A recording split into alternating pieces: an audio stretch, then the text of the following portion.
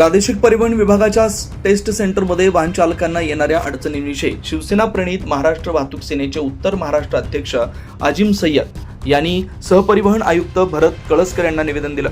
यावेळी महाराष्ट्र वाहतूक सेनेचे प्रदेश अध्यक्ष उदय दळवी, उपाध्यक्ष गिरीश विचारे, जिल्हाध्यक्ष राहिल सय्यद, अय्याज काजी आणि हैदर भाई उपस्थित होते। टेस्ट सेंटरमध्ये कामाची पद्धत बदलण्यानं आणि मनमानी कारभार होत असल्यानं त्याचा मानसिक आणि आर्थिक त्रास वाहन चालकांना होत असल्याचं निवेदनात नमूद करण्यात आलं। यापूर्वी वाहनधारकांनी अपॉइंटमेंट घेतल्यास एकाच दिवशी गाडीची पासिंग केली जायची।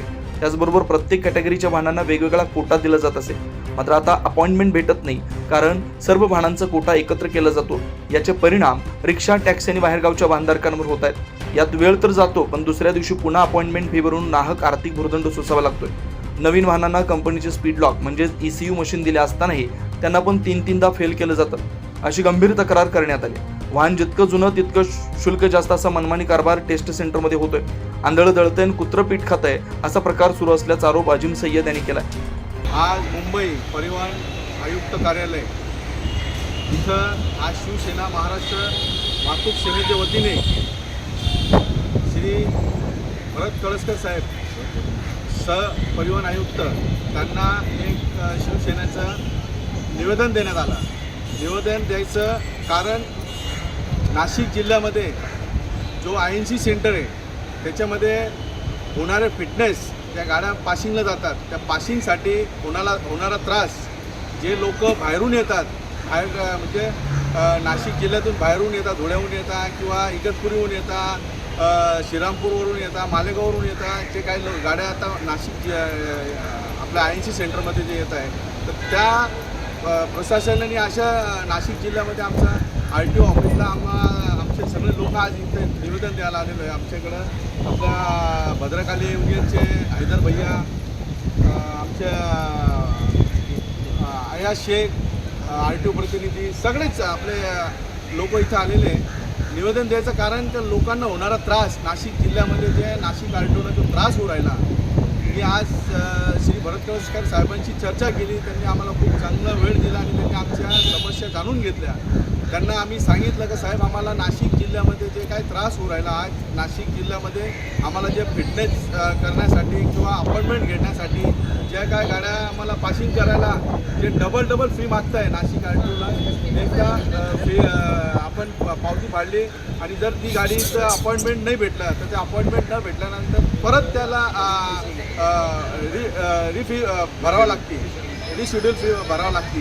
त्याच्यासाठी खूप काही प्रश्न होते। साहेबांनी आम्हाला आश्वासन दिला, त्यांनी आम्हाला एक वेळ दिला आणि सांगितलं ते का एवढ्या आठवड्यामध्ये मी नाशिकमध्ये एक मीटिंग लावतो, एक बैठक लावतो, तुमच्या लोकांनी या आणि याचा मार्ग 100% साहेबांनी सांगितलं का आम्ही काढून देणार आहे। आणि आम्ही साहेबांना सांगितलं, जर कधी हे मार्ग नाही निघाला साहेब, आम्ही तुमच्याकडे आता आमच्या शिवसेनेचा एक लेटर दिलेलं आहे, आम्ही निवेदन दिलेलं आहे। जर हा मार्ग नाही निघाला, कारण की हा सगळं गोरगरीब लोकांचं प्रश्न आहे, हे हातावरचे करणारे लोक आज फिटनेसमध्ये लोकांचं त्याच्यावरती जीवन राहतो। फिटनेस करण्यासाठी लोक येत आहे, पण आपल्या RTO परिवहन कार्यालयामध्ये नाशिकमध्ये होणारा त्रास, त्या त्रासमुळे लोक फिटनेस करत नाही आणि जो फिटनेस कधी नाही झाला आणि काही अपघात झाला तर त्याची सर्व जबाबदारी आपल्या परिवहन आयुक्त कार्यालयावरती, नाशिक RTOवरती येईल। आणि जर आता असं जर कधी त्यांनी त्रास थांबलं नाही तर आम्ही आमच्या साहेबांना आम्ही सूचना दिली आहे, नाशिक RTOला बी सांगतोय तर आम्ही एक शिवसेना स्टाईल एक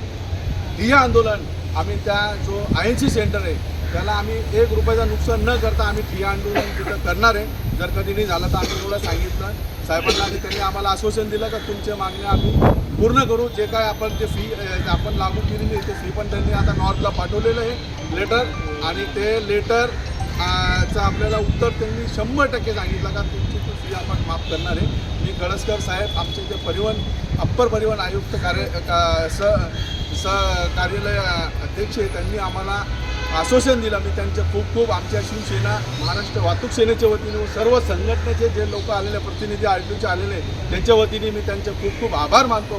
साहेबांनी आज आम्हाला इथं मुंबईमध्ये त्यांनी आमच्या सगळे गोरगरीब वाहतूकदारांची हाक ऐकली आणि त्यांनी आम्हाला वेळ दिल्याबद्दल, त्यांनी आमच्या मागण्या ऐकून घेतले, त्याच्याबद्दल मी साहेबांचे खूप आभार मानतो आणि थांबतो। जय हिंद, जय महाराष्ट्र। महाराष्ट्र राज्य परिवहन आयुक्त कार्यालय येथे आम्ही सर्व रिक्षा, टॅक्सी चालक मालक, वाहतूक संघटनेचे विभागाचे पदाधिकारी, त्याचप्रमाणे महाराष्ट्र वाहतूक सेना अजिमभाई सय्यद, भद्रकाली ऑटो रिक्षा युनियनचे हैदरभाई सय्यद, आम्ही सर्व आज नाशिक परिवहन कार्यालयात होणाऱ्या पासिंगच्या त्रासाबद्दल सहपरिवहन आयुक्त श्री भरत कळसकर साहेब यांना भेटण्यासाठी आलो असता त्यांनी आम्हाला आश्वासित केलेलं आहे की तुम्ही इथं कुठल्याही प्रकारची तमा न बाळगता तुमच्या प्रश्नांची इथं मी काटेकोरपणे विचार करून अभ्यास करून मार्गी लावान. आम्ही इथं कळसकर साहेबांना सांगितलं की साहेब, नाशिकला इथं ATSच्या मार्फतून खूप इथं प्रवासी वाहनधारकांचे हाल होत आहेत. वाहनाची अपॉइंटमेंट इथं 1-1 महिन्याची पुढची भेटत आहे. शेड्यूलसाठी पुन्हा पैसे भरावे लागत आहे. साहेबांनी आम्हाला आश्वासित केलं तर तुम्ही काहीच चिंता करू नका, येत्या आठवड्याभरात मी तुमचे इथं प्रश्न मार्गी लावाल असं त्यांनी आश्वासित केलं.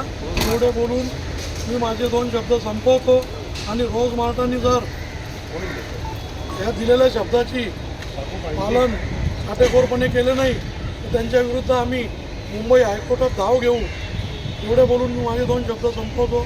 जय हिंद, जय महाराष्ट्र.